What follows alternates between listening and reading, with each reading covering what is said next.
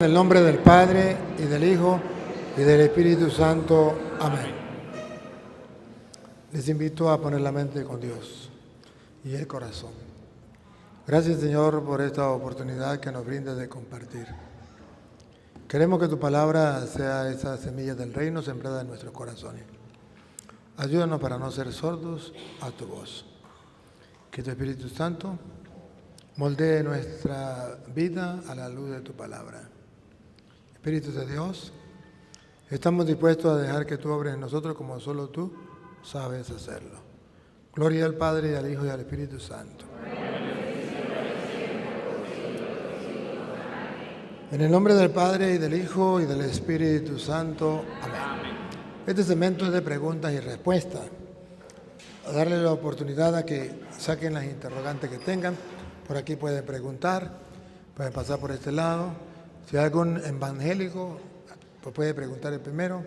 Si no, cualquiera de ustedes, es el momento de un compartir. Queremos hacer una especie de diálogo, una especie de compartir como hermanos.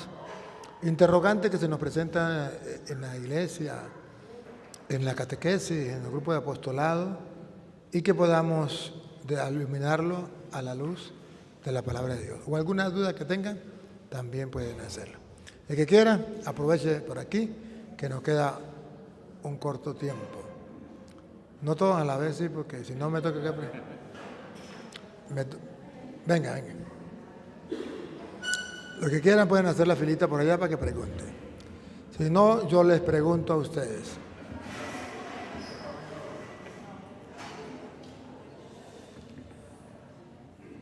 Buenas noches, Padre.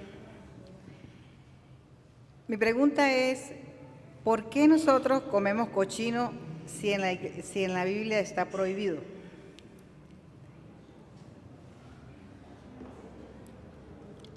En las Sagradas Escrituras del Antiguo Testamento, ciertamente que estaba prohibido en el Antiguo Testamento. Pero llegado al Nuevo Testamento, nosotros ya no tenemos problema para comer porque Jesucristo nos dijo que nada de lo que entraba a la boca hacía impuro al hombre, sino lo que salía del corazón.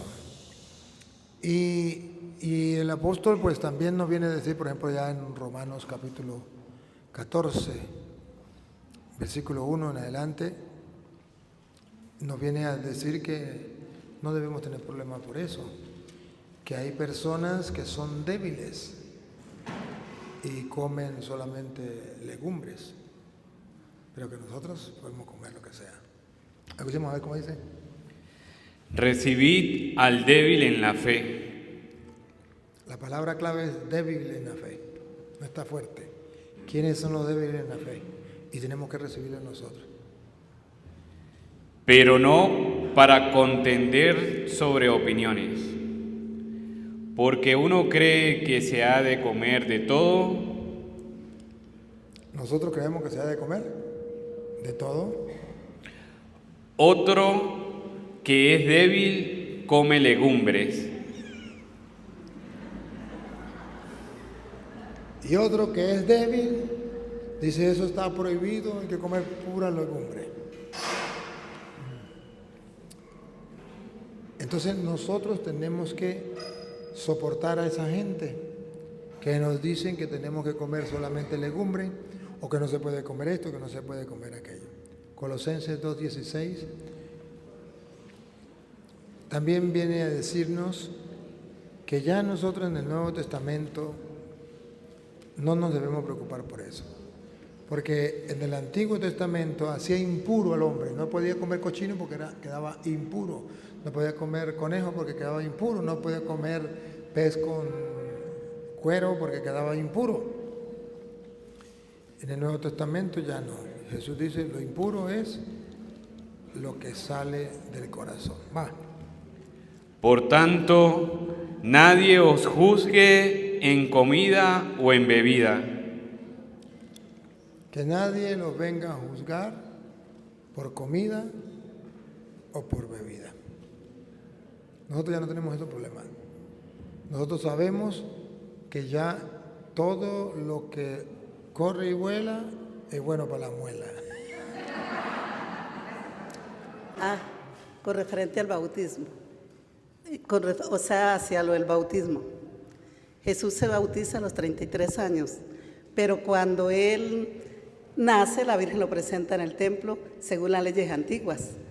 ¿Se puede decir que ese era el bautismo o sea, no se llamaba bautismo en el Antiguo Testamento, que era la circuncisión, ¿no? Pero ahí Él es presentado ante Dios porque se hacía hijo de Dios inmediatamente. Ahí es donde quiero la respuesta sobre el bautismo. La presentación no era el bautismo. Se presentaba al Señor con una ley que tenía que cumplirse, pero no tenía nada que ver con el bautismo. El bautismo comienza con Juan el Bautista, por eso se llama Juan el Bautista, porque el bautismo comienza con él.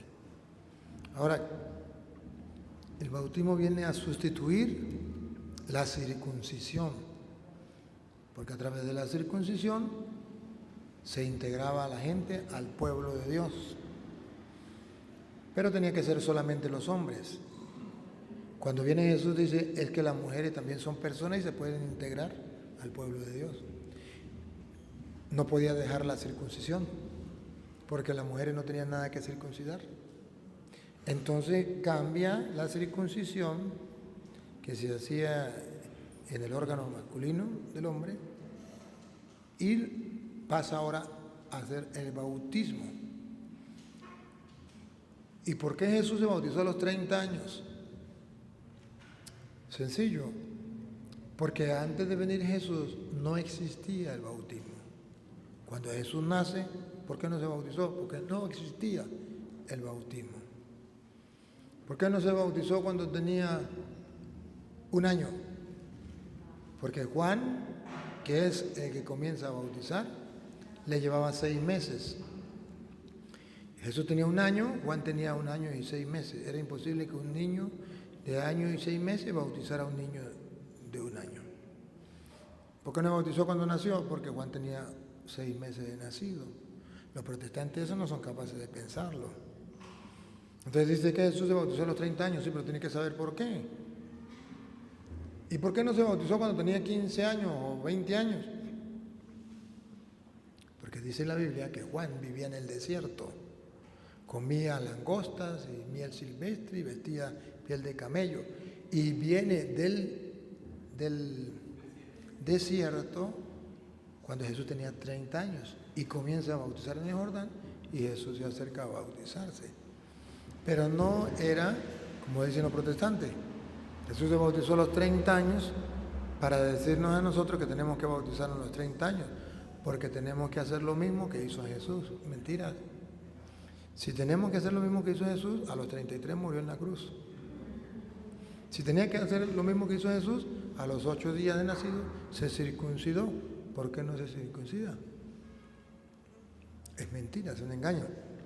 Ahora, ellos dicen, pero nosotros tenemos que seguir el ejemplo de Jesús. Bueno, ciertamente tenemos que seguir el ejemplo de Jesús y lo que Jesús enseñó. El ejemplo, ¿cuál es el ejemplo de Jesús? Sencillo.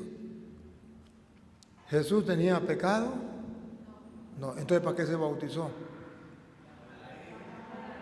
Para dar ejemplo que aunque no tengan pecado, se tienen que bautizar.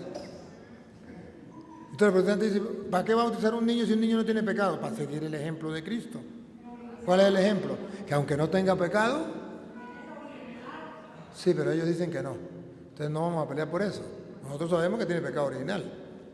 Pero ellos dicen que no, para no pelear le decimos, bueno, si no tiene pecado, pues se puede bautizar. Pues no se puede bautizar porque no tiene pecado. Y entonces, ¿por qué Cristo se bautizó? Pues para darnos ejemplo, que aunque un niño usted diga que no tenga pecado, aunque nosotros sabemos que sí tiene pecado, pues se bautiza para seguir el ejemplo de Jesús. Y los protestantes no saben para qué es el bautismo. Como no saben para qué es el bautismo, entonces ellos dicen, no hay que bautizar a un niño. Por ejemplo, Primera de Pedro, capítulo 3, versículo 20. Ahí dice San Pedro, ¿para qué es el bautismo? Primera de San Pedro, capítulo 3, versículo 19. Lo puede leer desde el 19 en adelante. En el cual también fue y predicó los espíritus encarcelados, A los espíritus encarcelados, los que en otro tiempo desobedecieron, cuando una vez esperaba la paciencia de Dios en los días de Noé, nos está mandando al Antiguo Testamento. mientras se preparaba el arca, en la cual pocas personas, es decir, 8, fueron salvadas por agua. 8 personas fueron salvadas y agrega, por agua. ¿Y qué representaba esa agua? Vamos a ver. El bautismo que corresponde a esto ahora nos salva. Lo leyó mal, vuelvo a leer mejor. El bautismo que corresponde a esto. El bautismo que corresponde a esa agua, ahora a nosotros nos salva. Pongo cuidado. El bautismo que corresponde a esto ahora nos salva. Nos salva. En aquel tiempo, allá el arca de Noé lo salvó por a través del agua. Y dice que eso era un símbolo de lo que sería el bautismo, que ahora a nosotros nos salva. ¿Qué hacemos con esa cita? ¿Creemos o no creemos? Y lo estamos leyendo de la Biblia Reina Valera, la Biblia de los protestantes. Ahí es donde yo no entiendo a los protestantes. Ahí donde digo, bueno, entonces ¿por qué dice que no hay que bautizar a un niño? Si dice que el bautismo nos salva. ¿Por qué no? ¿O no quiere que los niños se salven? Egoístas. Cuando a ellos les hablan sobre el bautismo, dicen, es que el bautismo no sirve para la salvación, el bautismo no sirve para nada, solo para perdón de los pecados y más nada. Mentiras. Que me lo demuestren. Yo con la Biblia de ellos, les puedo decir, eso es mentira, te engañaron. El protestante, en vez de decir, oye, ¿verdad? Me engañaron, dice, no, lo que pasa es que el cura Toro manipula las escrituras. ¿Manipulan las escrituras? Entonces, ¿qué dice ahí? Que el bautismo ahora a nosotros nos salva. ¿Eso es malinterpretar la escritura? No. Eso es interpretar las escrituras tal y como está escrito. Pues lo escrito está. Y se cumple tal como está. ¿Me captan la idea? Otra preguntita, güey. ¿Cuál es la mejor forma de comenzar a leer la Biblia? La mejor forma es comenzar a leer por el Nuevo Testamento. El Nuevo Testamento comienza con San Mateo. Pero San Mateo no es tan fácil de entender porque le escribió a los judíos. Y nosotros no somos judíos para entender a San Mateo fácilmente. El segundo evangelio es el de San Marcos. Y él no le escribió a los judíos, le escribió a los paganos, a la gente que no conocía nada de Cristo, a los que estaban comenzando.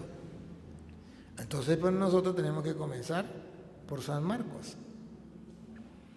Comenzamos por San Marcos, después seguimos con San Mateo, después con San Lucas, después con San Juan, luego todo el Nuevo Testamento, al llegar al Apocalipsis, lo dejamos en espera, vamos al Génesis, leemos todo el Antiguo Testamento, volvemos a leer el Nuevo y terminamos con el Apocalipsis.